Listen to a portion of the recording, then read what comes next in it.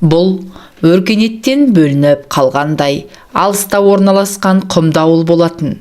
Бір қарағанда адамдар аңқау, сенгіш, бәлелікпен ісі жоқ шекілді көрінетін. Адам аласы ішінде деп сондайды айтатын болар. Осыдан бірнеше жыл бұрын ауылға Тапалбек атанып кеткен Қапалбек келіншек алып келді. Біреулер ағасының алдын орап, ол не көргенсіздік десе, тілеулестер жақсылықтың ерте кеші жоқ, бақытты болсын деп жатты. Ата енесі келін түсіріп, қолдары ұзарып мәз. Үлкендері үйленіп, қалаға кеткен. Кейінгі екі ұл ғана еді, аяқтары тұсауланбаған. Қапалбек соның екіншісі. Өзі пысық, тірлікке епті. Сонысымен болар, ата-анасы кенже ұлын жақсы көретін. Әрі кенжесі болған соң, бір жағынан ептілігі бар деп ерекше жақсы көретін. Жас келіннің есімі Айсұлу. Аты затына сай сынды. Туылғанда мұның сұлу боларын қайдан біліп, дөп басып есімін қойған дерсіз. Айдың бетінде дағы болады ғой, Айсұлу да сол сияқты. Оң жақ бетінде ешкімге білінер-білінбес ұзынша бір тыртығы бар еді. Оның оң жақ бетінде ешкімге біліне-білінбес ұзын сызық тыртығы бұлайша өзін әдемі етіп көрсететін. Сырт көзге анық қарағанда білініп тұратын ол тыртық қыздың көркін аша түсетіндей еді. Бәлкім, бұл тыртығы болмаса, Айсұлу сұлулар сайысына қатысып, ол жақтан орын алып, осы ауылға Қапалбекке тұрмысқа шықпас бет деп ойларсың. Айсұлудың өзі бұл тыртығын жек көреді, себебі ол жанына салған жара. Беттегі жайсыздықтан қыз жүрегі қатайып қалған. Кімге дейсіз ғой? Әкесіне. Маскүнем әкесі ішіп келген сайын анасын ұрушы еді. Шарбақпен қора, бұталарды аралап, тасасында өткен күндерден мезі болған қыз анасының әкесінен оңбай таяқ жейтініне шыдамаған. Сондай күндердің бірінде ішіп келген әке әйелін таяқтың астына алған. Жалма-жан пышақты алып ажыратпақ болып өмір мен арақтан шаршаған қыз араша түсем дегенде әкесі серпіген пышақ сұлу жүзіне тиіп жанай өтті. Сусылдап аққан қанмен бірге қыздың жүрегіндегі әкесіне деген соңғы махаббаты өшті. Өшті де қалаға оқуға кеткен ол әке үйіне қайта бұрылмады. Оқта-текте бауырларымен анасына сырттан жан ашып, шамасы келгенше тиын тебен тастағаны болмаса, туған күнінде де әкесін құттықтамайтын. Оны елеп жатқан маскүнем әке болмады. Араққа сылқия тойып, баяғы концертін жалғастыра береді. Өкінсе де өз ішінде еді, қызынан кешірім сұрамады. Содан бері Айсұлу тақыр кедей болса да арақ ішетін еркекке күйеуге тимеймін деп бекінген еді. Бұл бала кезден жүрегінде қалған жазылмас жара еді. Тұрмыс тапшылығынан ба, бірді екіге соғып, жоқты бар ете білу, үнемді айдап пайдалану, бала кезінен күтіп ұстау әр нәрсені, күтіп кию, бабын білу сынды әрекеттер Айсұлуды пысықтыққа, таза орындауға, жұмысты тез істеуге, үнемшілікпен ысырап қылмауға үйретті. Міне содан келген келін сұлу да пысық болып шықты. Енесін орнынан қозғамай, бар тірлігін өзі тындырып отыратын. Келін келсе үй тірлігін беріп демаламын деп үнемі айтып отыратын енеге Құдай бір күнде салды ма дерсіз. Енді бар тілегі осы пысық келінді қолда ұстап немере бағу еді. Не керек? Айсұлу енеге жайлы, келінде ата енеге майлы болды. Атасы Айсұлуды ерекше сыйлады. Әр жасаған тамағы мен әр тірлігіне қолпаштап, мақтау сөз айтып отыратын. Әкеден көрмеген жылуды атасынан көрген келін ата енесін қатты сыйлады. Ал Қапалбек өз алдына бөлек әңгіме, кішкене бойлы сары жігіт, қутыңдаған жылбос еді. Қапалбектің тірлігі тиянақты, өзі малсақ, қанша мақтанғанымен кісі бойында екі кемшілік болады екен. Қапалбекте сондай. Біріншісі кісіге жаны ашу, шын мейірімді білмейтіндігі де, екіншісі төсекке шыдай алмайтындығы. Қапалбектің осы екінші әдеті ауылдың жеңіл жүрісті жылмың қаққан келіндеріне құт. Себебі бойында талайын суарған. Енді міне ақ некеге өтіп, өзі сұлу келіншек алған соң, алдындағы ауыл жеңгелерін есіне де алмайды. Жұрт кішкене бойлы Қапалбекке мынадай сұлу қыздың жар болғанына таң қалатын. Жігіт келіншегінің көлеңкесінен де қызғанып, қайнылары қалжыңдаса терісіне сыймай кететін. Ал Айсұлуға Қапалбектің бейнеткештілігі ұнағандықтан оның етегінен ұстауды жөн көрген. Маскүнем жатып ішер әкесін көріп өскен қыз анасы секілді таяқ жеп өмір сүруді қаламады. Алайда күйеуінің шектен тыс қызғаншақтығы ұнамайтын. Онысымен қоймай, Қапалбек төсек құмар болатын. Айсұлу күні бойы тырбаңдап тірлік жасап, кешке шаршап құлайтын, түсінбей оны таңға дейін әурелейтін. Соның салдарынан жас келін жүнжіп, азып тосып кетті. Ол үшін күйеуі төсекте ләззат емес, азап сыйлайтындай болатын. Тапалтақ денелі, сары керлі Қапалбек күндіз болса күндіз, түнде болса түнде келіншегін екі-үш қайтара әурелеуге бар. Тек арада аз ғана уақыт өткенде Айсұлудың аяғы ауырлады. Сонда да күйеуіне тыным жоқ.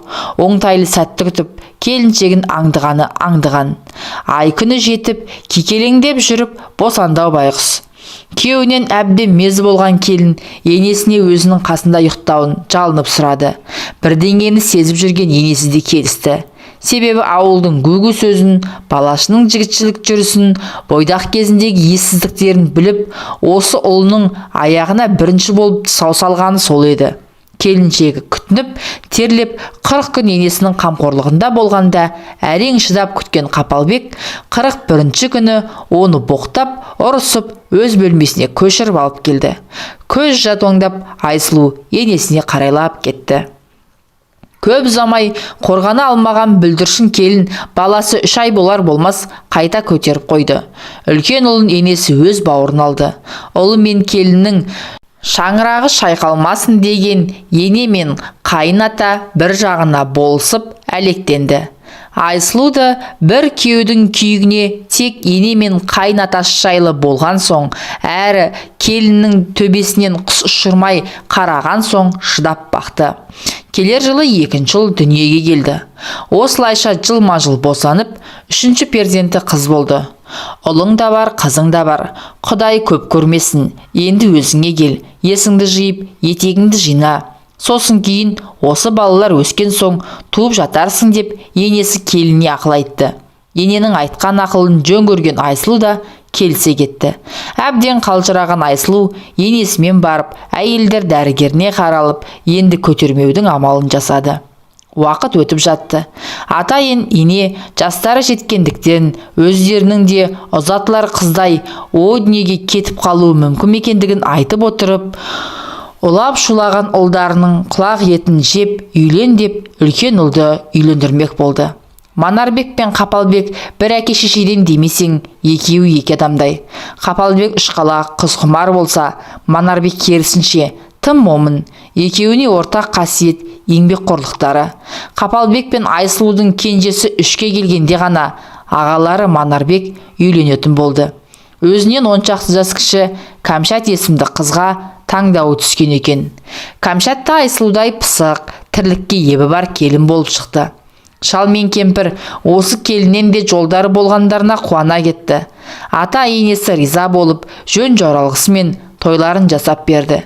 Енді жаңа келін мен Айсұлудың арасынан таңдау жасалып, Айсұлуды өзіне жайлы болғандықтан, енесі Манарбек пен Кәмшаттың еншісін беріп, осы ауылдың ішіне бөлек шығарды.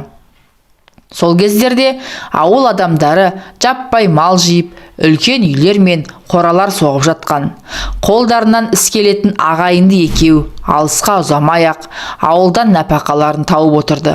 Кәмшат арасында 2 жылдан салып 5 баланы өмірге алып келді. Ал Айсұлу сол 3 баламен тоқтады. Бұл кезде де Қапалбек жұмыстан қанша шаршап келсе де, сұлу келіншегіне тыным бермейтін. Бейшара осақ басында күйбеңдеп, тірлік жасағаншып, кеш жатуға тырысатын. Әрі берден соң өсіп қалған балаларынан ұялатын. 2 абысын оңаша сырласып қалғанда, Айсұлу күйеуінің төсек құмарлығына шағымданатын. Ал күйеуінен 10 жасқа кіші Кәмшат болса, керісінше риза емес екенін айтатын. Қайта керемет емес пе? Қатырасың, өмірдің қызығы да сол ғой. Бәсе, қашан көрсем құлпырып тұрасың, қартаятын түрің жоқ, қайнымда екен ғой бар мәселе, деп қулана күлді де, артынша қабағын түйіп. Біздің бай кеш келеді де, бас жастыққа тие сала қор етеді. Бітірген еш тірлігі жоқ, таңертең ерте тұрып кетеді. Мен жатам дөңбекшіп, деді. Қойыңызшы жеңеше, шаршайтын болар, кешке дейін күннің астында кірпіш қалау оңай дейсіз бе, деп басын шайқады Айсұлу. Айсұлу, басқа түспей түсінбейсің. Одан 3 ақ жас кіші қайным тынбайды деп отырсың. Екеуі де кешке дейін бірге жүреді ғой. Ол неге шаршамайды? Деп ренжи сөйледі абысына. Сонымен бұл тақырып бойынша ойлары сәйкес келмеген екі келін үйлеріне тарасты. Араға уақыт салып, қос баланы жайландырып болған Айсұлудың енесіне маза қашты. Денсаулығы сыр беріп жүргеннен, енесі мазасы болмай жүргенін Айсұлу байқаған. Бірақ аңдыған ауру табан асты алып тынады деп ойламаған. Олар қалаға барып, ем қабылдап та үлгермеген еді. Ауруханаға барғанда бұлардың кешіккендерін айтты. Ішкі ағзадан жазылмайтын дертке душар болған, анасындай болған алтын енесі мына өмірді қимаған күйде кете барды. Босаға аттағалы 100 шайқасып көрмеген енесінің өлімі Айсұлуға басқаларға қарағанда ауыр тиді. Себебі балаларын қарасып, тірлікте бір жағына шығып, Қапалбектің тентек мінезінде басатын осы ене еді. Атасы момын кісі болғандықтан ұлдарына аса тіл өтпейтін. Ондайда алтын ене тігісін жатқызып, ұлды да келінді де араға ши салмай, ренжітпей, жай сөзбен мәмілеге келтіруші еді. Ененің бар жақсылығы есіне түсіп, жоқтау айтқан Айсұлу елдің қабырғасын қайыстырып тастаған еді. Келін болса осы Айсұлудай болсыншы деп жатты жиналғандар. Ал Кәмшат келгелі бөлек тұрғасын ба, енесіне аса жақын емес болатын. Сондықтан қабырғасы қайысып, қайғыра қоймады. Қапалбектің анасын қаншалықты жақсы көретінін ел аяғы басыла сала Айсұлуды төсеге сүйрегендіктен ақ байқауға болатын еді. Себебі ішкі табиғаты талап еткендіктен Қапалбекте өзіне өзі қарсы тұра алмаған еді. Қанша төсек құмар дегенімен Айсұлумен үйленгелі Қапалбек ойнастық жасаған еместі. Не деген арсыз едің? Анаңның топырағы кепкенде жоқ қой, деп ызалана жылады Айсұлу. Жасы келген кемпір өлді деп табиғи қажетімізді өтемейміз бе? О несі? Асарын асап, жасарын жасады, не арманы бар енді? Деп кекетіп күлді күйеуі. Үйленгелі осы. Маған жаның ашыған емес, нәпсіңе ие бола алмаған бейшарасың. Не деген аш көз едің? Сезімнен жұрдай бәлекенсің. Сен түгілі мен қайғырып отырмын, деп жылады Айсұлу. Одан кейін күйеуіне сөз шығындағысы келмеді. Онсыз да суыған көңілі одан әрі салқындай берді. Қазақтың салтына сай енесінің бар кәдесін жасап болғанда жалғыздықты көтере алмай балаларға жаутаңдаған қажыған ата күрт нашарлап өмірден өтті. Енесіндей жақын тартпаса да бар тірлігін мақтап көтермелеп отырған атасы кеткенде де Айсұлу әбден жылады. Ес білгелі маскүнем әкенің маңдайынан сипап мейірленгенін көрмеген ол атасының қарағым деген жалғыз ауыз сөзіне марқайып қанат біткендей қуанып қалатын еді. Енді екі қымбат адамы да жоқ. Шаңырақтың берекесі осы екі қарт еді. Оларсыз үй мен отбасы қалай боларын ойлап Айсұлу қам жей бастады. Қапалбектің нәпсі құмарлығына да ата енесі үшін төзіп жүргенде еді. Шындап келгенде ортақ әңгіме де жоқ екеуінде. Тұрмысқа жастай шыққан Айсұлу не оқи алмады, не жұмыс жасамады. Балалардың алды оқу бітіріп жатыр. Күйеуіне қалаға көшу туралы айтып еді, көнбеді. Арты үлкен ұрысқа айналып, ата-анасы барда Айсұлуға қолының ұшы тимеген Қапалбек оны ұрып тастады. Ата ененің көзі кеткен соң екеуінен де мәміле кетті. Енді Қапалбекке тыйым салатын да, тәйт деп шектеу қойып, имендіретін де ешкім жоқ болған соң оның бет ашыла берді. Жүрісімен ішісі көбейді. Жылтыңдаған достар мен қылмыңдаған қатындары көбейді. Сыныққа сылтау қылып, қайтетсе қол ала жүгіруі көбейген еді. Енді бірде ұрысуға қара таппаған ол көшейік деген Айсұлудың сөзін есіне түсіріп, әуеніне қайта басты. Өмір шекең тырысып жүреді. Әйел болып қылмысуды білмейсің. Қалай екен ғой көксегенің. Кет, құры, өзің бар қалаға. Сол жақта нақсүйерің бар болар деп айқайлады ол, көзі шатысып. Айқайлап тұрып, ашу үстінде үстел үстіндегі шай құйылған шайнекті әйеліне қарай лақтырып жіберді. Әкесі бетін тілсе, күйеуі шекесін жарды осылай. Адам кейпіндегі айуаннан шошыған Айсұлу өсіп қалған 3 баласын алып, азғандай киімдерін жинап, ауылдан басы бүтін кетті. Бұлайсын асырға шауып, жуас келіншек кетіп қалар деп ойламаса да, оны тоқтатуға көкірегі жібермей, Қапалбек жалғыз қала берді. Арада 5-6 ай өтер де, артынан іздеп те бармады. Балалары да одан күдер үзді. Айсұлу балаларын алып кеткен соң, қалада пәтер жалдап тұрды. 2 баланы оқуға түсіріп оқытты. Осылардың оқу ақысын төлеймін деп қиналды. Мұздай суға қолын салып, еден жуушы болды. Ақ қар көк мұзда табанынан сыз өтіп сауда жасады. Ақыры 2 ұл оқу бітіріп жұмысқа тұрған, ал қызы оқуға түскен жылы өкпесі қабынып, жап-жас қалпында қыршынынан қиылды. Қолдары ауыздарына жетсе де, бағыт-бағдар беріп отыратын анаға зәру балалары қалдарт та шырылдап. Іздеп келейін деген әке де жоқ. Бұл уақытта Кәмшаттың да балалары ер жетіп қалған. Күйеуі Манарбек өмір бойы құрылыс жасап, әбден денсаулықтан айырылған еді. Оның төсекте қауқарсыз екенін жиі қайталап, Кәмшат намысына тиіп болды. Содан болар, соңғы кезде ішкілікке әуес болып алды. Айсұлудың өмірден өткеннен хабар жоқ Қапалбек оған әлі ашулы болатын. Оған ерегесіп үйленіп алмақ еді. Кәмшат тоқтата берді. Қайнысының жалғыз күйде жағдайы болмайтынын айтып, үйге жиі шақырып алатын. Манарбектің үйге келді деген аты болмаса, аузынан ақ ит кіріп, қара ит шығып, мас күйде күңкілдеп жататын. Кезінде Айсұлудың Қапалбек туралы айтқанын есіне түскен Кәмшаттың денесі бір ысып, бір суынып, мазасы қашатын. Түні бойы қайнысын ойлап, есі кететін. Ол үйленем десе, үзілді кесілді қарсы болатын. Оны әйелдерден қызғанатын. Ауылдағы тура жолдан тайған келіншектердің ешқайсысы Қапалбектің бетін қайтарған емес. Мұны білетін Кәмшаттың қызғаныштан іші тырналатын. Қапалбек қанша төсек құмар болса да, жеңгесіне шапқан емес. Үйде еңгезердей болып, домалап жатқан ағасынан именеді ме, жеңгесі әйел ретінде қызықтырмады ма? Онысы өзіне аян. Қанша жылдан бері ішкіліктен бас алмаған Манарбектің де талқаны таусылды. Қыздарының алды тұрмысқа шығып кеткен соң, бауыры езіліп кеткендіктен қайтыс болып кетті. Кәмшат кіші ұлы мен қызы үшеуі қалды. Күйеуінің жылы өткен соң, ағайын туыс екеуін әмеңгерлікпен қосар деп үміттенген. Оған екеуі де жас емес. Сондықтан ол туралы ешкімде сөз қозғамады. Жағада қалған балықтай шөл қамбаған Кәмшат алды 40-тан енді асқанда міне жесір қалған. Түн баласы өзін-өз сипалап өлдірдей болады. Басқа еркектер айналшықтап көріп еді, бар ой Қапалбек болған ол ешкімді жолатпады. Жеңгесі жесір қалған соң, Қапалбек отын жарып, сынған жерлерін жөндеп беріп, тамақ ішіп кетіп жүрді. Бірақ артық қимылы болған емес.